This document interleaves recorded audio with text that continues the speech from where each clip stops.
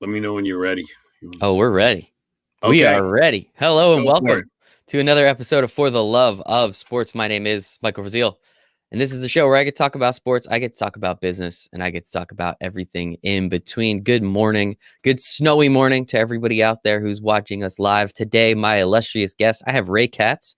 He's the COO and co-founder of Collegiate Sports Management Group, adjunct professor over at Columbia University, and former marketing director at the NFL. Ray, how you doing this morning? I am doing tremendously well, Michael. Thank you. Other than skating down the block this morning, getting some exercise. Pretty good day today. Beautiful day here in New York City. Beautiful day to be alive. I love it, Ray, and I'm very excited. Obviously, went over some of the things you've done, but you've been doing this thing a little while. How about that? I don't want to say a long time. You've been doing this thing a little while. You have some incredible experience. The first question I have for everybody on the For the Love of Sports podcast, Ray, is why do you love sports so much? I played growing up. Not so well in some cases, pretty well in other cases. I love the competition. Love the fact that you challenge yourself in your own physical, mental, and emotional limits, which I still do playing golf, mostly emotional. But other than that, it's been an amazing run industry-wise, and I was very fortunate to break in. It was actually an accident. And I guess it doesn't work that way now because there are really no accidents getting into the sports industry. It's definitely more challenging than it used to be when I did it. Yeah, it's a little different, obviously, with the supply and the demand are both extremely high. And, I think it's really important for people to understand, high school kids, college kids, career changers, to understand that the supply is so high. A lot of people want to work in sports. It's one of my favorite things in the entire world. It's a lot of other people's favorite thing in the entire world. So I have to ask, how is breaking into sports an accident for you, right? I was fortunate enough to be working at that time, the best ad agency in the world, Young and Rubicam Advertising. And I was actually the 10th person to be interviewed for the account executive role on global account Adidas or Adidas, depending on where you are. And actually, I had been at Ronzoni Pasta Cooking School because they required that of all folks working on the Ronzoni account. So that was productive. So I was there for number 10, and I was told by the global account director that 3 people had impressed him in advertising and marketing and 3 in sports, knowledge of global sports. But nobody really impressed him in both. So I seemed relatively normal. I had him fooled. And he said, if you impress me on both, the job's yours. And I was doing it with Mitchell Kurz, who was the global account director.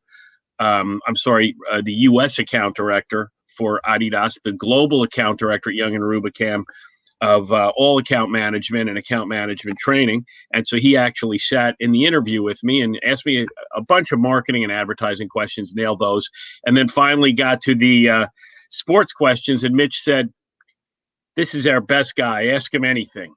And so I said, please, Mitch, I want this job. Don't make this harder than it needs to be. And the gentleman, I'm so sorry I don't remember his name, but this is going back a few years, as you suggest. He said, all right, let's start with something completely absurd. I'll bet you know nothing about Aussie rules football. And I had a friend who was an insomniac, and this is the early days of ESPN. And we used to go out in the city Friday night and then go play racquetball and basketball on Saturday. He wakes me up at 3 a.m. and said, you have to see what this new network ESPN has on. It's this crazy game, Aussie rules football, that combines the worst elements of soccer, basketball, football, rugby, and hurling. And I kind of got addicted, and he'd wake me up and I'd watch Aussie rules football. And so I said, I don't know that much. I know Carleton beat Hawthorne in the grand finals. It's 18 against 18. The field's an oval about 4 times the size of a football field. The best player, and if you advance the ball 15 meters, it's a mark. You get a free kick. The best player in the league is a balding guy with a gray-haired ponytail on Carleton, and Olivia Newton-John did the national anthem last year. Other than that, I don't know that much. And Mitch turned to me and said, you are a sick fill in the expletive. And the guy said, well, he might be that, but he's the new account executive on Adidas. That is awesome. Oh my goodness. And this is going to come a little full circle. So Aussie rules football was actually one of the first sports to come back during the pandemic. So I found myself waking up at 5 o'clock in the morning to watch Aussie Rules football only a few months ago and learning a lot about it. The sport, honestly, it makes no sense to me. As you said, it's the worst combination of all the sports we know and love. And, hey, they just beat the hell out of each other. I'll wake up at 5 o'clock in the morning, drink my coffee and watch that. So that is pretty funny how some of these things do come full circle. But congratulations on Olivia Newton-John. Shout out Olivia Newton-John. Didn't think she'd come up in this conversation. I didn't either, but it's an interesting story, and I still have the Carlton jersey. That is awesome. Well, shout out to your buddy for not needing to sleep too much and figuring out how to do that. So I think that part is really important. And so, I mean, it doesn't really sound like this was an accident per se. I mean, it just sounds like it was a very fortunate situation. I don't believe in luck, but a lot of stars had to align, and they absolutely did to get you there. Obviously, your friend waking you up at 3 a.m. to do that. Yep. How did you take advantage once you got into a company like Young and Rubicam and working on a gigantic account like Adidas? Well, it's interesting, Michael. I think this is a really important prescriptive direction for people, because I think so many people view advertising salespeople as vendors, or properties representation as vendors. And I've always kind of viewed everybody as a business partner, because there are positives and negatives to being buy side and sell side. And I actually experienced one of these yesterday. And I think when people can't get jobs after a lot of years in the industry, it's like, to a certain extent, they've earned it. And I really think you just have to be supportive and respectful of everyone that you work with. I don't think everybody is. I think it's important to leave the ego and the arrogance at home, and bring pride and confidence, but really be collaborative. And I wouldn't be here today if I was that person that viewed others as vendors and challenged them and bullied them. First of all, I was fortunate enough when I was getting into the NFL. I ended up working. I had a vendor who I viewed as a partner, David Morgan, who was my client at the Adidas account. And he treated me extremely well and respectfully, even though he was 15 years my senior. And then sure enough, at the NFL, he ended up being a research supplier. And my boss, Frank Vono, said, "What do you think of him?" And I said, "He's a total gentleman, really smart. I work great with him, etc." So that was yet another lesson on this. And then, frankly, I do believe in a little bit of luck, because when I worked at the Walt Disney Company, which was my job prior to the National Football League, we had secured the rights to the Sesame Street catalog.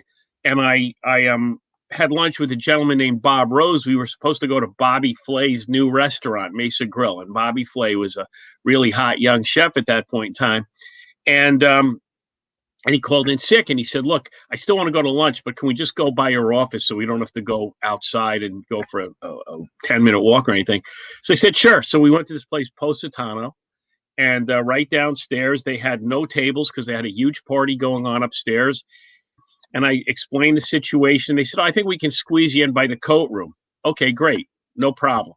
So squeezing by the coat room, and a big guy comes downstairs from this giant party. Turned out it was an NFL event. Said, "Didn't you used to work for me at Young and Rubicam?" And it was Frank Vono. And he ended up bringing me into to the league. And so that was pretty fortunate that I just ended up in the right place at the right time, and invited me to his office to discuss his catalog. And then in his office, he invited me to Super Bowl, and I got to meet everybody, and the rest is history.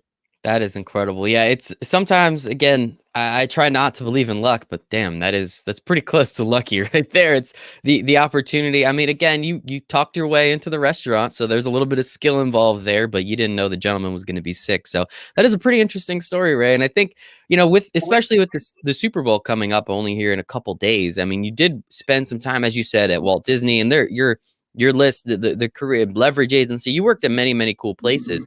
I do want to focus on the NFL before we switch over to Please. CSMG. What was that like? It's not the same NFL as it is now. It's a little different. We all know about the Shield. We all know about what the NFL does in terms of marketing, the Super Bowl coming up, and how impactful that is on our entire society. Hey, like half the world takes off on that Monday, right? So I think it's pretty important. What was it like when you were there? And did you ever see the NFL getting to the point where it kind of controls Sunday 21 weeks out of the 52. It kind of did back then too.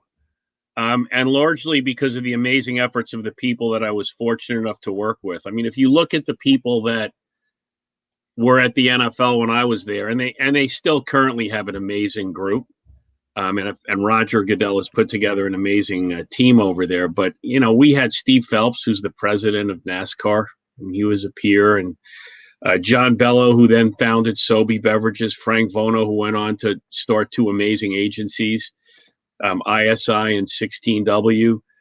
And then last but not least, Don Garber, who's the commissioner of Major League Soccer and has done an amazing job over there building a league from really nothing into an entity where, teams have mid 9-figure valuations. So Gary Jacobus, I mean, the Doug Quinn, the list goes on and on. Jeff Safka is a leader in medical marketing right now. I was just really fortunate, and it was fun every day. And Jim Connolly, who has now joined our team at Collegiate Sports Management Group, was there for 25 years, headed up global, and also headed up the consumer products group for a time. So it was just an all-star team of folks. And it was challenging. It was invigorating. We were experiencing 20, 30, 40% growth every year. And that's really where I learned the sports business, even more so than Madison Square Garden. Yeah, I'm sure you being in that room with all those gentlemen, as you said, and women, and that all-star crew, you were able to kind of feed off of each other. And one thing I do want to point out, I don't know if anyone's paying attention, but Ray seems to remember every single person that he's ever met in his life. That's a testament to something. You very clearly take relationships very important. As you said, you're in that sales and marketing realm, so you kind of have to. But how? How do you find these relationships? How do you cultivate these relationships? Because I think that's something very important that a lot of people can learn from. Because I mean, I can remember a lot of people, but the amount of people that you're remembering just through this quick conversation is very impressive. What is that a testament to about you? I mean, it's a people business. It's a relationship business, and inevitably something's going to go wrong. And when something goes wrong, how you get it back on the right track or on the track is really based on relationships, trust, integrity, and I try to live by that. And sometimes you may not make the sale quite as well as someone who's willing to stretch the truth, but in the long term, I think your reputation and your brand is everything. 100%. That's the way you got to do it. And so, again, there's many other things that you've done in your career, but for the last, I want to get the math right, 20 6 and a half. Oh, okay, sorry. I was going to adjunct professor. Yeah. So for the last 20 years, if I'm not mistaken, give or take a couple. Give or take a 10 or so, but I won't say that. You could say that. Sorry, but just over 30. There you go. So one thing that, again, it seems like with your career, you've been at some incredible places. You're doing some incredible things currently. We're obviously going to get to CSMG in a minute, but you have decided that being an adjunct professor is important enough to spend X number of hours a week doing. You were at NYU. You're currently at Columbia University. I don't want to put words in your mouth. I'm not trying to put my hand in your pocket, of course, but it doesn't seem like you have to be an adjunct professor. That seems like something that you want to do and giving back. Why is it important for you to help younger kids, to help college kids and help them understand this sports industry? Why is this something that you spend time doing when it seems like you could just be out there golfing instead? Well, I could be out there golfing. Not now, unless I used orange golf balls. That might work. But I've always loved to teach. I've always loved to coach, frankly. And I coached youth basketball for 3 years up in Southbury, Connecticut. It was an amazing experience. But it's just my nature. And frankly, I probably would have gone into teaching if it paid decently and coaching.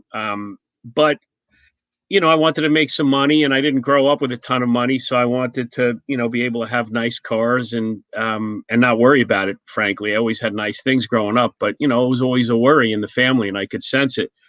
And, but first of all, it's great practice, right? I'm in front of a classroom once a week. So presentations are just second nature to me, so that works.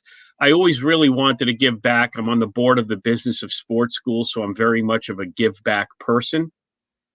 And I've been doing that since 2009. The initial board members, Tony Pontoro, and our current chairman and an investor, Dr. Harvey Schiller. And so I like to teach. I love getting students' ideas. The access that students and kids have to information is massive. And I like to tap into that. And, we have a multi-generational company at CSMG. We got people Harvey's in his 80s, so we have people in their 80s, investors and board members in their 70s, 60s, 50s. We literally have 40s, 30s, 20s, down to every decade. And when you have a multi-generational company like that, the cumulative wisdom adds up magnificently. And I think it works great. So selfish, I love mentoring. I love mentoring people. I love watching the growth people have in their careers. And selfishly, we get great employees because we take the best students, we make them interns, we take the best interns and we make them employees. So it's 80-20 give and 20 take. And that's the take, is that we get to do a lot of screening on people and have built a world-class team. Also on the subject of how you treat people, I always treated Michael Schreck really well when he was a young salesperson. And so, I was one of the first couple of people he reached out to about this business. And we built a great mutual respect and admiration, and I think we've done a really good job. We got it funded in a big way last October, and we're off to the races with traditional sports and esports. Well, congratulations. So let's just hop into the CSMG conversation. CSMG, Collegiate Sports Management Group. I know you obviously work with a lot of colleges. You work on the media rights side. I see the press releases. It seems like every other day at this point, you're wheeling and dealing and creating relationships and doing something else. So talk to me a little bit. When Michael came to you and said, "Hey, Ray, I have this idea," what was that initial idea? And obviously, how has it changed and evolved over time? The idea was pretty close to where it is now. We felt that there was a need for an outsourced properties group. The one thing we eliminated from sort of the original idea was actually producing content, because that's a black hole that you can, of money. And we've seen other companies in similar spaces, without getting into names, make that mistake. So we decided to go more into the representation business, and then really not buying out assets, going more revenue share. The only thing that we've bought out was ECAC rights, because the ECAC had a vision, and Dan Coonan had an amazing vision, but the economics weren't working for him. So that was really more to keep the operation running properly than it was to just willy-nilly buy rights out. And so when he comes to you and says, "Hey, I have this idea," what was it about this idea that allowed you to say, "You know what, I think we can be successful at that. I don't think we can be just successful. I think we can be extremely successful." Why this idea? Why at that time, and why now? Well, it worked out really well. I was building a really nice analytics business, doing valuation, packaging, and then some sales for properties. And I thought Mike would be an asset to that. I knew it would take longer than we thought to build it. So we had a revenue stream, and which he then drove to a great extent, building that revenue stream with some of his contacts. And also I felt that IMG and Learfield had done acquisitions of smaller companies. And I anticipated, based on having worked with them, that they would be kind of going upstream and focusing more upstream and not giving all the love to mid-majors and FCS football schools. And then I thought Division II and Division III were a huge untapped market, long-tail programming, and content becoming much more viable as it became much more inexpensive to produce video. When I was at the Football Network in 2003, really, we couldn't do games for less than $40,000. We couldn't produce games for less than that. And now we're seeing games produced very well in football and basketball for between 7 and 10. And if it's a local company, they can do it for 4 or 5. And if it's done on campus, they can do it for hundreds of dollars. So that makes all the long tail programming. You don't need the audience to pay back for the advertising and marketing against a particular bit of content. And I think one thing that I'm very excited to talk about, so there's two things actually. One is NIL, name, image, likeness, which is going to be happening hopefully sooner rather than later. We just saw EA just announce, I think yesterday, that they're bringing back NCAA college football. So that's going to be a lot of fun. So that's a whole nother conversation. And one aspect that you guys, I know over at CSMG, have dove as far down deep into as you can is the esports side of things. So as you said, having people from generation to generation, from 80 to 70 to 60 to 50, how was that first conversation, and how did that come about, and getting everybody on board with something's like, you just want to watch kids play video games? That was probably a very interesting first couple conversations. It's working now, but talk to me a little bit about those first few days, weeks, months of the esports conversation. Well, it's interesting. We're such a team that I don't remember whether it was Michael, Neil Malvone, the other co-founder, or myself that had the first idea. But I guess all of us started just hearing little rumblings about esports. I was hearing it on the putting green when my nephew was playing in a golf tournament between his junior and senior year of college, of high school. And I said, yeah, we should kind of be putting this in. I'm not sure exactly what it is, but maybe we should be putting it in our contracts. And then one thing led to another, and Neil got involved in it. And Neil Malvone's done an amazing job as one of the first 3 curriculum builders for esports academia. And he's done an amazing job building this for us. And, we learned about it, and it's kind of fun being like the oldest esports executive in the United States. Although awesome. I think I'm actually not. I think Wim Stocks is a little older than I am. But right.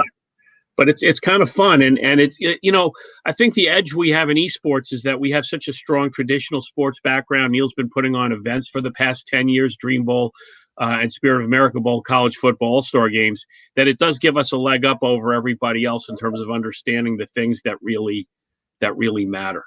And obviously, with you guys being in the collegiate space, one thing when esports really started to blow up over the last 5-ish years, let's call it, was these teams and these organizations and the amount of money that they're charging BMW and State Farm just to be sponsors on their jerseys, hundreds of thousands, millions of dollars. Why do you believe that the collegiate space has just as much, if not more, potential than what some of these professional leagues and organizations are doing? I don't think it's more potential. I think it's really more a question of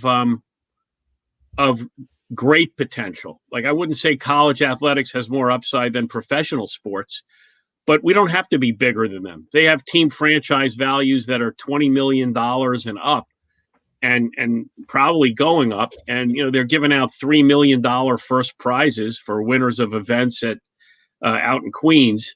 So I just think it's going to be a huge business. We envision that there's going to be something that's going to be somewhere between the NHL, college hockey, college lacrosse, and college basketball. So where it lands on that continuum, I'm not sure. But if it lands halfway on that continuum, or even a third of the way on that continuum, and we're the leading player, we're going to have a hell of a business. Yes. Absolutely, you are. And how have you seen the pandemic, for lack of a better term, accelerate some of these processes? I mean, being within college sports, I know some colleges aren't meeting. I know esports is gaining more attention, especially did when there were no sports on. So I can see that being a positive and a negative. What have you seen from your end? Well, it's definitely, unfortunately, have been a lot of cancellations, obviously, of seasons amongst their 25 conferences and over 250 schools and ECAC competitions, et cetera, et cetera. So we've been able to put more horsepower, if you will, and effort into esports. And I think that's helped us a bit because that's become a main area of focus. We built some great partnerships with a company, ESTV, which is the first linear esports network. We built an exclusive relationship with them. Eric Yoon is their founder. He's an amazing individual and professional. And it's been awesome. One of the most fun things I've seen, and esports can be a great competition even online. But one of the great things I saw was these kids that you knew were like kind of the outcasts in high school. And you knew they never really had school spirit in high school. And now they're walking around with their Quinnipiac jersey or their Marist jersey, and they win the championship. And to see these kids have school spirit and belong to something and be part of something was just really, really enjoyable for me. That is awesome. Shout out to those kids. Yeah, we all kind of know who those kids are, and hopefully, again, they're enjoying themselves a little bit, getting some stuff done. As you said, being a part of something, I think, is very important. Everybody, we're humans. We want to be a part of a community. Mhm. And I guess so. Then the last thing I do want to talk about is the NIL side. If I'm not mistaken, saw a press release come out with Open Doors, correct? Yes, Right? we have built a great partnership with Open Doors. They've built an exclusive product for our hundreds and hundreds of schools without giving a number as to what they've embargoed. But we can actually approach anybody we work with, which NJCAA has 525 members. ECAC has almost 250. And then we have, I'm not going to say another 250 or so because some crossover with the ECAC. We have those schools. But a lot of those, we have an exclusive ability to go to those schools for the next 6 months and really build an amazing partnership. They built a product that was really targeted for this school. And I had one of our commissioners said, well, they're expensive. And I said, well, Open Doors has built a product that makes more sense for this level than it makes for the Power Five. And he said, well, I want the big product. I said, well, you don't have the budget for the big product and you don't need the big product. He said, well, I want the big product. And I said, well, to be honest with you, think of it this way. Our product goes up to 130 miles an hour, and the Power 5 product goes up to 210 miles an hour, like a NASCAR car. It's the same Ford Mustang body. Are you planning to drive over 130? Well, I'm not. So this car is plenty good. I like that. Great analogy. Yeah. And Yeah. what is it? I mean, obviously we're seeing it was very I'll use the word interesting when all these colleges said, no, we can't have NIL, we can't have NIL. And then once it became apparent that it was going to happen, we're now seeing all these colleges partner, mostly speaking about the Power Five, now starting to partner with all these companies and organizations to help these kids. I'm 100% on board. I don't understand how people can say, no, these college kids can't be paid for their own name. That's very confusing to me. So that's a whole nother conversation. It seems like you're on board with that too. How are you guys trying to find ways to help these kids and not only just help the kids, but obviously you guys have to make money along the way too. So how bullish are you on NIL and how much manpower are you putting behind that side of the business? We're putting a decent amount of effort behind it, first selling it in and then making sure we sell the deals and build the exchanges to make schools money. But the thing is, Open Doors is doing this for 30,000 athletes and celebrities already. Mm-hmm. So they already have brands that are engaged. So whether or not we represent the brand, there's a pipeline of companies, of regional organizations, whether it's a single auto dealership, whether it's a New York, New Jersey, Connecticut, tri-state dealers, or whether it's Toyota or Chevrolet or Ford or whoever, there's already a pipeline in place. And we feel that at our level is going to be very different than the Power 5 level. Power 5 level, a brand, a Zaxby's or someone like that might have to make a decision.